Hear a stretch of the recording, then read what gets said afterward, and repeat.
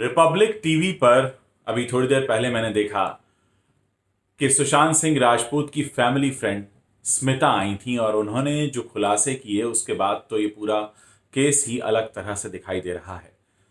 ये तो मैं आपको पहले भी बता चुका हूं कि 8 जून के दिन झगड़ा हुआ था। उसके बाद रिया ने सुशांत की बहन मीतू को फोन किया और मीतू फिर उनके पास आकर रही 8 से 12 तारीख तक। उसके बाद वो चली गई अपने घर बरसोवा और उन दोनों के बीच ये तय हुआ था, मीतू और सुशांत के बीच ये तय हुआ था कि 14 जून जो कि संडे का दिन है, उस दिन दोपहर में सुशांत के घर पर मिलेंगे।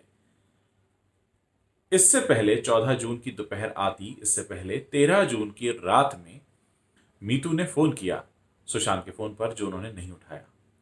उसके बाद उन्होंने एक मैसेज ड्रॉप किया जिसका जवाब सुशांत ने नहीं दिया।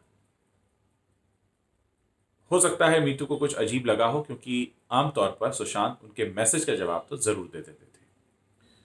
उसके बाद सुबह हुई और सुबह ऐसा कहते हैं कि सुशांत के फोन से, जो फरीदाबाद में उनकी सिस्टर रहती हैं, उनके फोन पर एक कॉल गया था जो अटेंड नहीं हुआ। उसके बाद कॉल बैक किया गया, जिससे वो जब कॉल बैक किया गया तो उसे सर्वेंट ने उठाया और सर्वेंट ने उठाकर उनसे ये कह दिया कि सर तो अंदर चले गए हैं, यानी फोन उनका बाहर है। इसके बाद 14 जून की सुबह हुई और जब मीतू को थोड़ी बेचैनी हुई और लगा कि कल मेरा फ़ोन भी नहीं उठाया मेरे भाई ने और मुझे मैसेज का जवाब भी नहीं दिया, तो उनको ऐसा लगा कि मुझे उनसे मिलने तुरंत जाना चाहिए, पता करना चाहिए, क्योंकि वो जानती थी कि रिया से झगड़ा हुआ है, परेशान है। मैं 4 दिन रहकर आई हूँ और उनको तो जाना ही था। वैसे भी 14 जून को दोपहर में मिलने का तय हुआ था। वो अपने घर से ऑटो रिक्शा लेकर निकली और जब वो 15 मिनट की दूरी पर थी तब उन्हें सिद्धार्थ पिठानी का फ़ोन आया और उन्होंने ये कहा कि सुशांत ने खुद को हैंग कर लिया है। ये सुनकर सकपका गई मीतू और बहुत उनको समझ में नहीं आया क्या करें। उन्होंने एक दो फैमिली फ्रेंड को फ़ोन करके इन्फॉर्म किया और उसके ठीक 15 मिनट में जब वो घर के अंदर पहुंची, तो मैं अब जो आपको बताने जा रहा हूँ उससे पूरी थ्योरी ही बदल जाएगी, क्योंकि ये बिल्कुल नया खुलासा है कि जब मीतू घर के अंदर घुसी तब तक सुशांत को नीचे उतार लिया गया था। यानी अगर वो लटके थे तो उनको नीचे उतार लिया गया था। तो जो आपने सारी पिक्चर्स देखी हैं कि सुशांत बिस्तर पे लेटे हुए हैं, सुशांत की बॉडी बिस्तर पे लेटी हुई है, उसी हालत में सुशांत की बहन ने उनको देखा। यानी सुशांत की बहन ने उन्हें लटका हुआ नहीं देखा। अब यहाँ पे जो बातें सारी निकल कर आ रही हैं, वो एक तो ये कि वो एक रात पहले से फोन नहीं उठा रहे थे, मैसेज का जवाब नहीं दे रहे थे। अब यहाँ पे जो जब वो घर में घुसती हैं तो लॉकस्मिथ आ चुका था, दरवाज़ा खुल चुका था, सारी चीज़ें हो चुकी थी और वो लेटे हुए थे। यानी पहले जो बातें सामने आई कि मीतू को बुलाया गया, फिर चाबी वाला आया और मीतू के सामने चाबी वाले ने दरवाज़ा खोला, ऐसा कुछ भी नहीं हुआ। चाबी वाला पहले ही आ चुका था, सब कुछ पहले हो चुका था, दरवाज़ा खुल चुका था और उनकी बॉडी पड़ी हुई थी बिस्तर पर, जिस तरह से आपने फोटोग्राफ्स में देखी।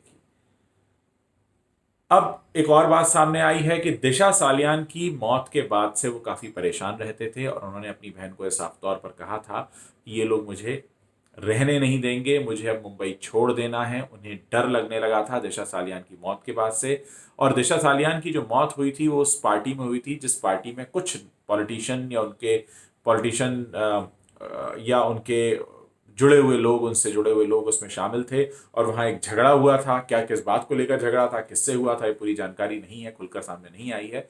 और इसके बाद दिशा सालियान की मौत हो गई थी और उसके बाद से वो परेशान रहने लगे थे और उन्होंने अपनी बहन को कहा भी था कि ये लोग मुझे रहने नहीं देंगे, मुझे मुंबई छोड़ना है।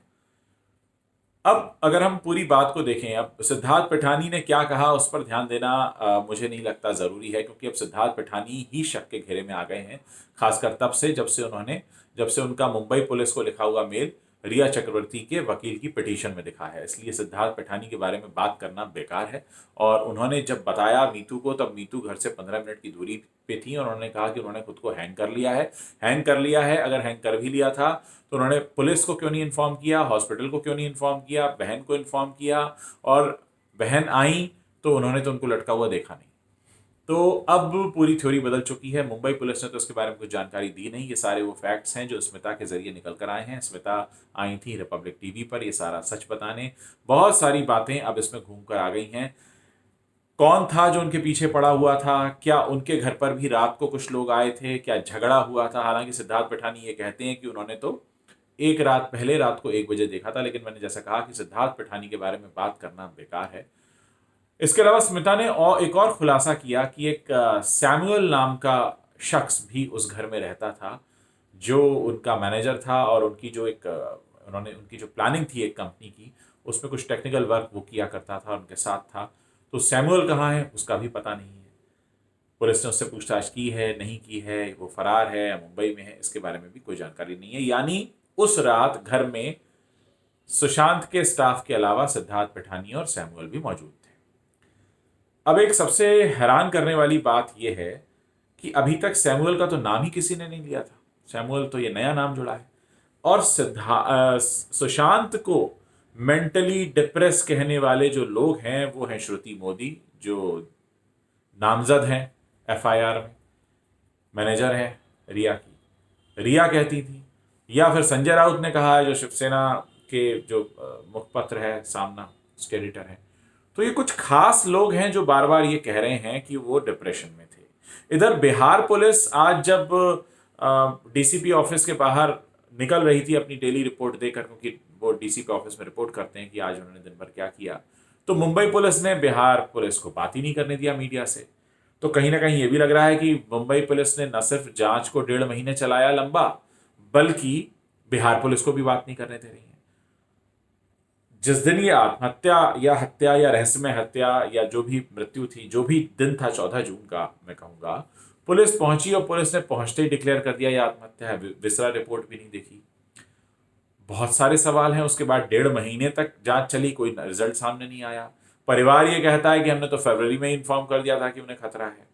बहन उनकी 4 दिन 5 दिन रहकर उनके साथ आई थी, और उस वक्त वो चाहे जिस भी स्थिति में थे लेकिन ठीक ठाक थे, उनसे बातचीत कर रहे थे।